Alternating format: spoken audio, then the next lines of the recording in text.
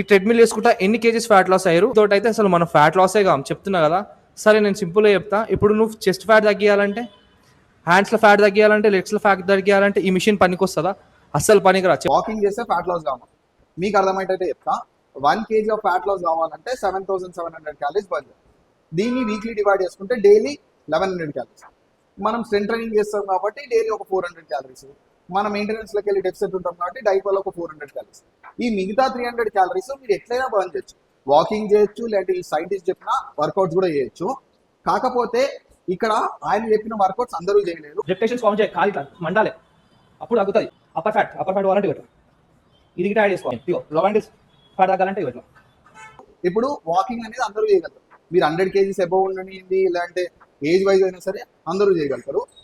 నేను ఈయన మీద వీడియో చేయొద్దు అనుకున్నా, నేను కమెంట్ చేసిన అట్లా కుదురుతుందా. నేను ఏం చెప్పిందంటే, నేను చెప్పింది ఫ్యాట్ లాస్ ఎక్సర్సైజ్ అని చెప్పింది. ఎవడురా నువ్వు? తప్పు. Fat loss exercise, fat gain exercise అనేది ఉండదు.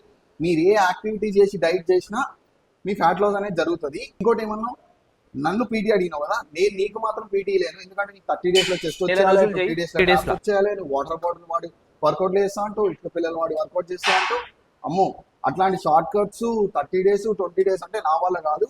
ఇక నీ సైంటిస్ట్ వీడియోలు నువ్వే చేసుకో, నాకు అర్థమైంది నీకు అంత నాలెడ్జ్ లేదని.